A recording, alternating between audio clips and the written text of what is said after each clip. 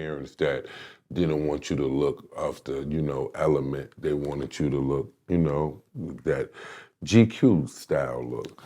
It wasn't even GQ. I was wearing like my female cousin's sweaters. So that was like crazy. I was rocking pink before Cameron. You know what I'm saying? Yeah, no doubt. With like the elephant on it and stuff like that, and like old Gap sweaters and jeans that didn't even fit. And that was when I started really getting into belts and stuff like that. My dad, old school suit and tie guy, tried to hook me up with suspenders one day. I was like, I ain't wearing no suspenders with a t-shirt.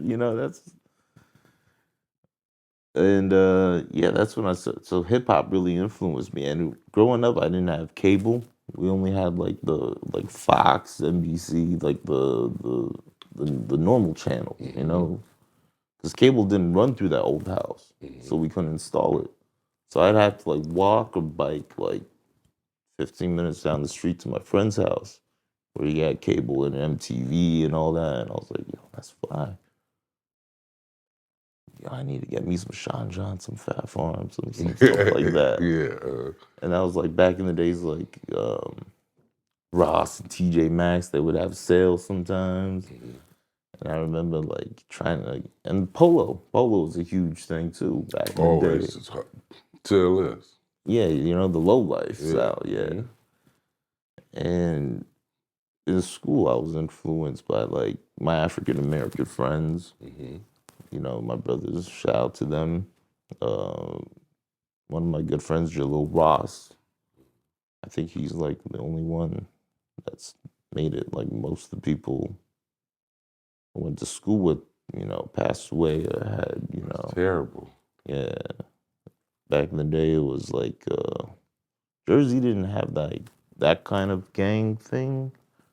It was mostly like little crews. But if you moved a little, like, because it was a Somerset, Franklin, we didn't really have like Bloods and Crips and all that. I remember everybody saying out this crew called like Chipset or something like that. And they were dangerous. They was the ones in middle school like poking kids and whatnot. And so that's like that whole thing, being around that environment really kind of changed me a bit. From like nice boy to start wearing, dress myself and to afford it because, mom and pops wouldn't, couldn't spend that kind of money. But like, because Fat Farm jeans back in the days was like close to what, like 60 and up to 100? Yeah, it was money. Sean Johns, if you had to pay Sean Johns in 12th grade, 6th grade, 12 years old, woo. Yeah. I remember getting the OG unit sneakers, my first pair of Air Force Ones. Man, I was the flyest Asian kid over there. With the buzz cut too. Had the fade, And then as soon as I started getting into like that identity, my parents were like, yo, moving to China. Like, damn. Just started making real friends. Real looking forward to, because when you're young, you're at that age, you started getting interested in girls, you got your friend group already, you're looking forward to middle school. And, back in the day, kids were wild, a little naughty. It was trying to protect you. I wouldn't say it was trying to protect you. It was more like a business decision, which is why they moved.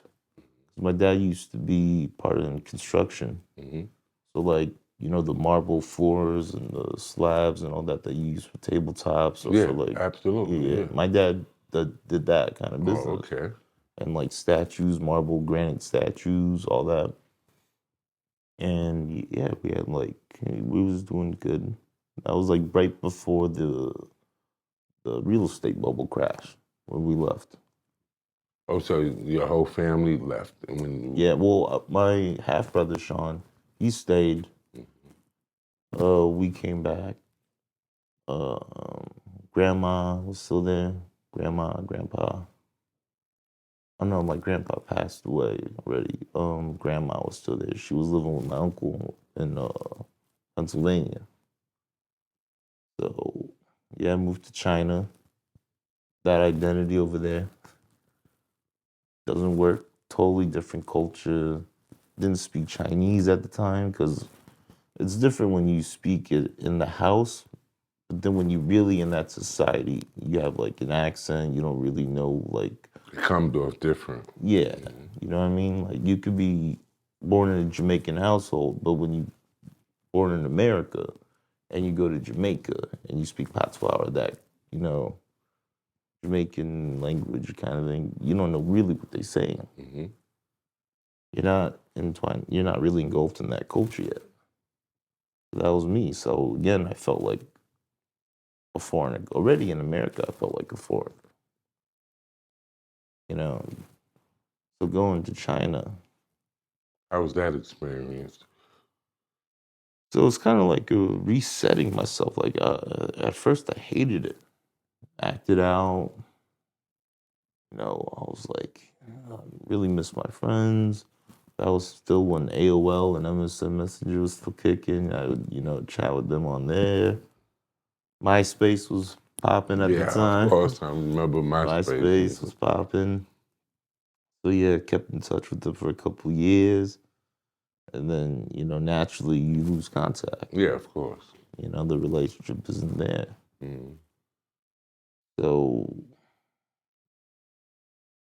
settling in was difficult because to the Chinese, I'm not Chinese. I'm a foreigner. Even in school, they treated you like that when you got there? Like right when I got there, my mom sent me to a Chinese school. Big mistake.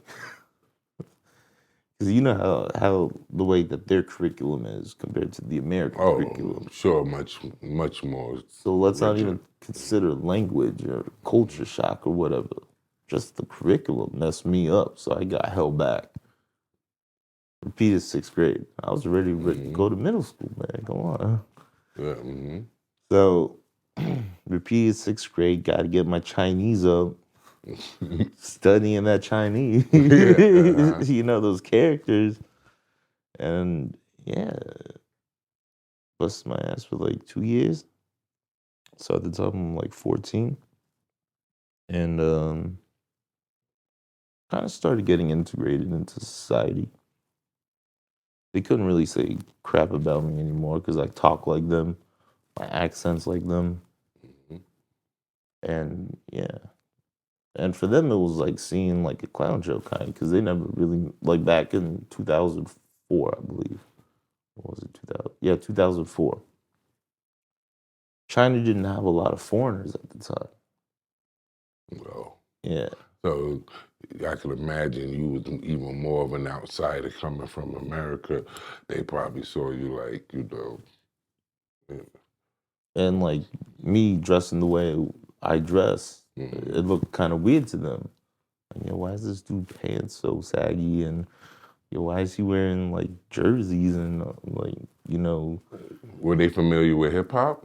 So people at school at that time, like the young kids, they were more into like the Chinese, like pop and rock and roll. So you had the kids with like the rock and roll, like you would see in the 80s, the crazy hair and skinny jeans and stuff like that. They was into that stuff. The Motley Crue days. Yeah, kind of like that. Yeah. Mm-hmm. So no one really listened to hip hop in that circle, like in my school circle.